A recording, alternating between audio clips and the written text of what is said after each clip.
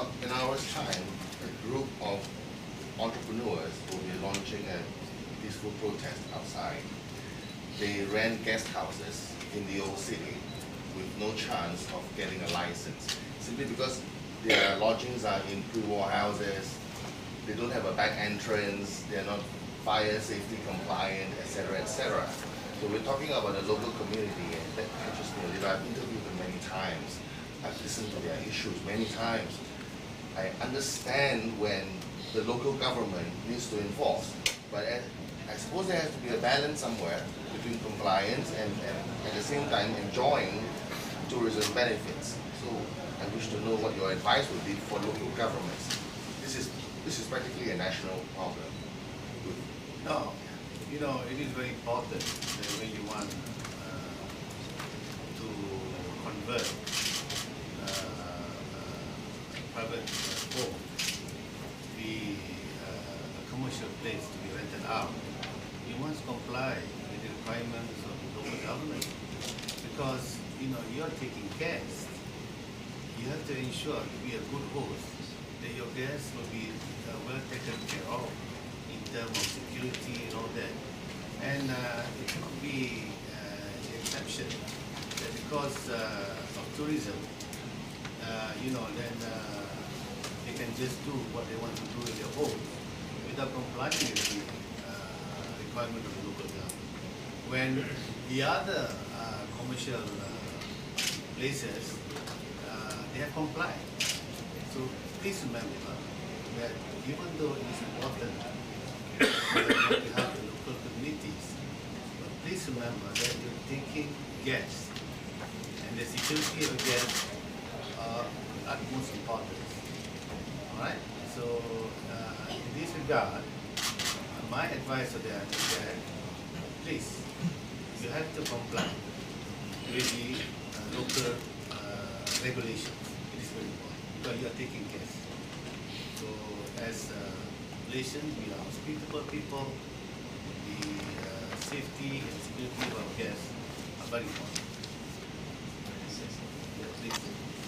I was in the city of Barcelona 2 weeks ago, and I saw a protest of a different kind.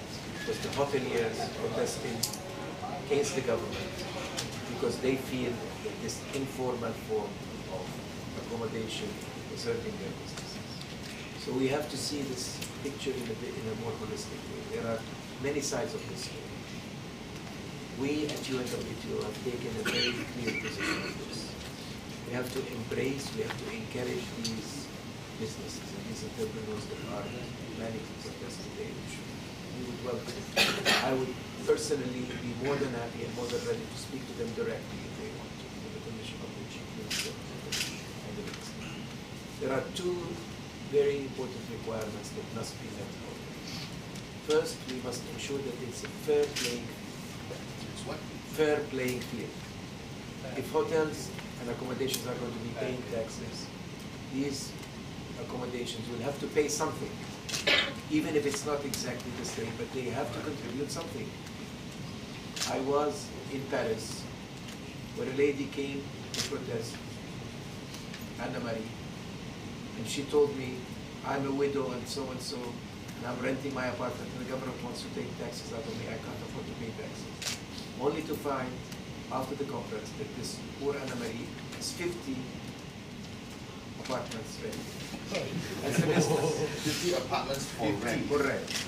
That's a business. That's not Airbnb, just I suppose. correct. So that's a business, and it should be treated fairly.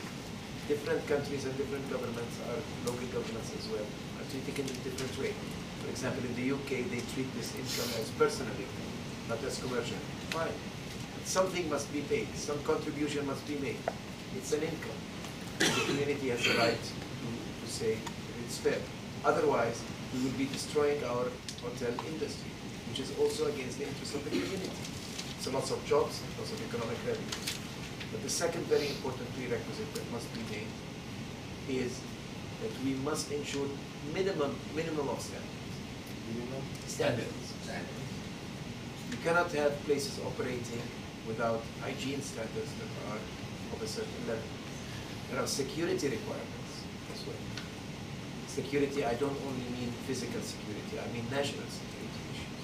So, while we should absolutely encourage this kind of economy because it does benefit the community, it does bring in new customers, it does at least stimulate the economy. And in spite of the objection of the traditional hoteliers, which we must let them also understand that these are their partners. They're not taking away clients from hoteliers, they're bringing in new clients. That's a fact.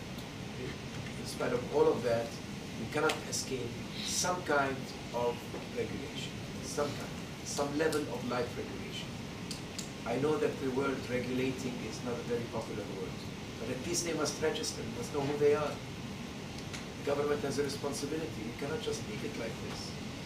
So with all due respect to the protesters, there are many sides of this story and we should see the whole picture.